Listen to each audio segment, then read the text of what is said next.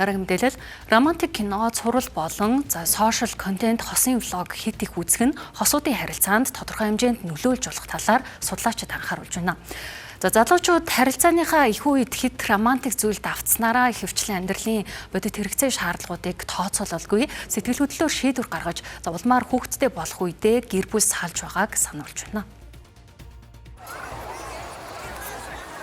Романтик кино, цувралууд, хосын влог ихэвчлэн бодит амьдралаас илүү төгс, саад бэрхшээл, багатай хайрын түүхийг харуулдаг. Үүний улмаас зарим хүн өөрийн хамтрагчаан тус дөрүүдтэй харьцуулж эхэлснээр харилцаандаа сэтгэл дундуур болох, бодит бус хүлээлттэй болох эрсдэл үүсдэг байна. Амьдралд зөрчилдөөн угаасаа гарна тий. Гэвч зөрчилдөөнийг хүлээн зөвшөөрч чадахгүй байхгүй. Зөрчилдөөн гарангууд бусад харагдсан, үзэгдсэн тэр хосууд ингэдэггүй штэ. Тэр влог дээр ингэдэггүй штэ гэдэг ийм харьцуулт үүсээд штэ тий. Тэнгүүд яг өөрсдийнхээ амьдрал дээр бий болж байгаа зөрчилдөөнийг энэ ерөөсөө амьдрал нийлж чадахгүй мэн гэд бууж өгдөг. Тий. Жишээлбэл хувийн орон зай гэдэг зүгээр Facebook код ихэнх хосуудын дунд байдаг. Би кодыг мэддэг ордог гэд. Энийг бол би ёстой хувийн орон зайг нь хүндлэхгүй байна гэж хардаг. Бид нар ерөөсөө нэгдүгээрт хит илэн далангуй болчлоо. Нийгэм бол бие биенээсээ тодорхой хэмжээнд хоёр хүн юмаа нууж байгаа үед тий тодорхой хэмжээний юм хувийн орон зай байгаа үед тэр хүн рүү татагдах мэдрэмж ер нь бол байдаг гэж үздэг. Гэтэл өнөөдөр залуучууд нөгөө хайртай болж байгаа гэдгийг нөгөө хүнийг өөрийнхөө нэг бүхэл бүтэн хэсэг гэж үзээд нөгөө хүнийхээ бүх хувийн орон зайг нь эвддэг те.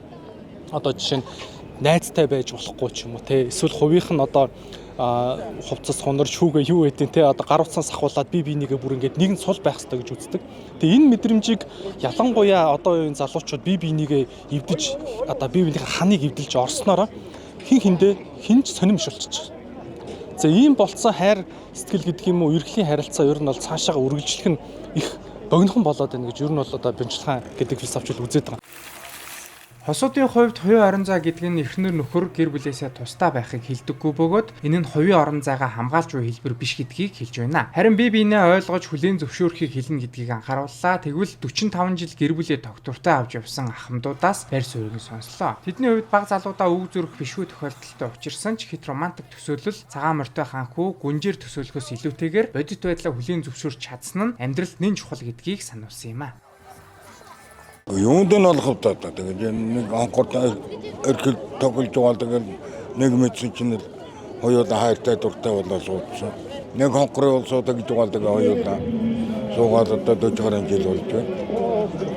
Өөр багасаа нэгийгээ мэддэг байсан. Тий, бит хоёр усны хоёр талд байдаг байсан. Тэгээд амьдэрсэн да одоо.